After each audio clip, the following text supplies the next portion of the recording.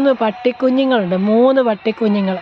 ഇത് ചുമ്മാതെ വെറുതെ ആരും താമസിക്കാതെ കിടക്കുന്ന ഒരു സ്ഥലമാണ്. അവിടെ കൊണ്ടുവന്ന് പട്ടിക്കുഞ്ഞുങ്ങളെ പ്രസവിച്ച് വെച്ചിരിക്കുക. അതിൻ്റെ അമ്മ ദാണ്ട കിടക്കുന്നു. ഈ പട്ടിക്കുഞ്ഞുങ്ങൾ ഇവിടെയല്ല കിടന്നിരുന്നത്, വേറൊരിടത്താണ് കിടന്നിരുന്നത്. ഞാൻ എത്ര ദിവസം ഒരു ഫോട്ടോ എടുക്കാൻ നോക്കി.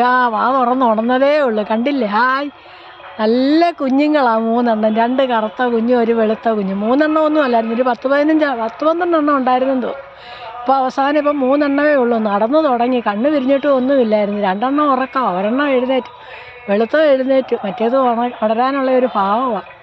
കണ്ടില്ലേ? പട്ടിയാണേലും ഉറങ്ങുക, അത്ര സുഖമായിട്ടാണ് ഉറങ്ങുന്നത്.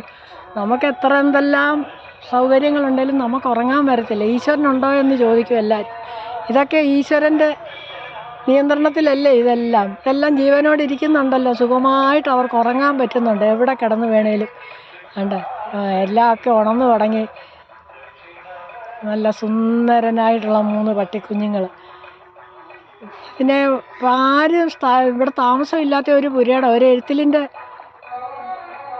മുൻവശമായത്. ഇവിടുത്തെ ഇപ്പോൾ കേരളത്തിലെല്ലായിടും ഇങ്ങനല്ലേ, വീടുകളുണ്ടാക്കിയിടും. ഇഷ്ടം പോലെ വീടുണ്ട്, നല്ല സൗകര്യമുള്ള വീടുകളാണ്. പക്ഷേ താമസിക്കാൻ ആളില്ല. എല്ലാം കാട് കയറി കിടക്കും. അതാണ്ട കണ്ടില്ലേ?